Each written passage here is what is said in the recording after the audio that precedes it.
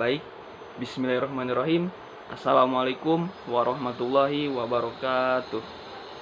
Perkenalkan, nama saya Syahrul Umami Ahmad dengan NIM 2014200021 dari kelas PBSA semester 3. Di sini saya akan menjawab kuis-kuis yang diberikan oleh Ibu Yani Agus Priyani selaku dosen mata kuliah dari Bank dan Lembaga Keuangan Syariah. Pertanyaannya, ceritakan sejarah dari pasar modal. Untuk sejarahnya itu, secara historis, pasar modal telah hadir jauh sebelum Indonesia merdeka. Pasar modal atau bursa efek telah hadir sejak zaman kolonial Belanda dan tepatnya pada 14 Desember 1912 dengan nama Asosiasi Perdagangan Efek yang bertempat di Batavia atau yang sekarang disebut Jakarta.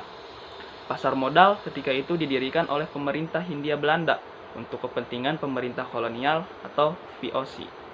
Meskipun pasar modal telah ada sejak tahun 1912, perkembangan dan pertumbuhan pasar modal tidak berjalan seperti yang diharapkan. Bahkan pada beberapa periode kegiatan pasar modal mengalami kevakuman. Hal tersebut disebabkan oleh beberapa faktor, misalnya seperti terjadinya Perang Dunia ke-1 dan terjadinya Perang Dunia ke-2, dan itu perpindahan kekuasaan dari pemerintah kolonial kepada pemerintah Republik Indonesia, dan berbagai kondisi yang menyebabkan operasi bursa efek tidak dapat berjalan sebagai semestinya. Pemerintah Republik Indonesia mengaktifkan kembali pasar modal pada tahun 1977, dan beberapa tahun kemudian pasar modal mengalami pertumbuhan seiring dengan berbagai insentif dan regulasi yang dikeluarkan oleh pemerintah. Adapun untuk sejarah pasar modal yang berbasis syariah sendiri, dimulai dengan diterbitkannya reksadana syariah oleh PT Dena Raksa Investment Management pada tanggal 3 Juli 1997. Nah, selanjutnya Bursa Efek Indonesia bekerja sama dengan PT Dena Raksa Investment Management itu untuk meluncurkan Jakarta Islamic Index pada tanggal 3 Juli tahun 2000 yang bertujuan untuk memandu investor yang ingin menginvestasikan dananya secara syariah.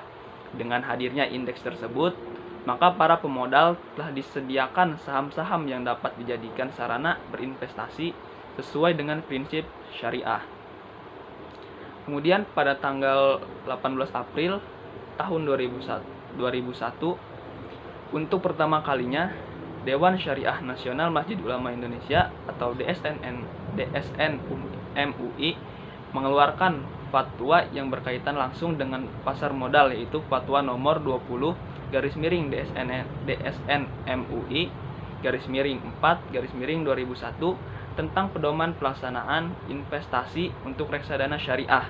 Selanjutnya, instrumen investasi syariah di pasar modal terus bertambah dengan kehadirannya obligasi syariah dari PT Indosat Tbk pada awal September tahun 2002.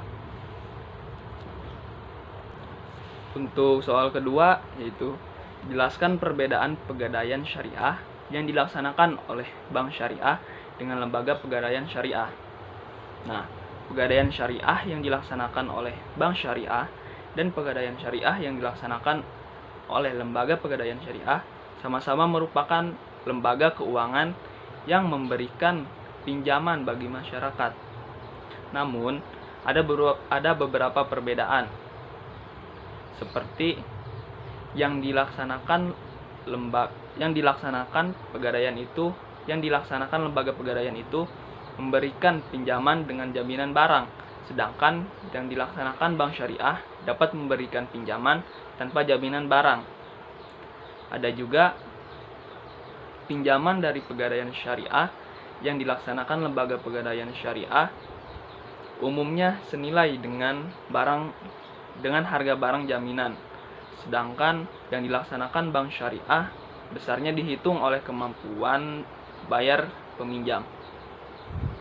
Baik, mungkin cukup sekian yang bisa saya paparkan. Kurang dan lebihnya mohon maaf. Wassalamualaikum warahmatullahi wabarakatuh.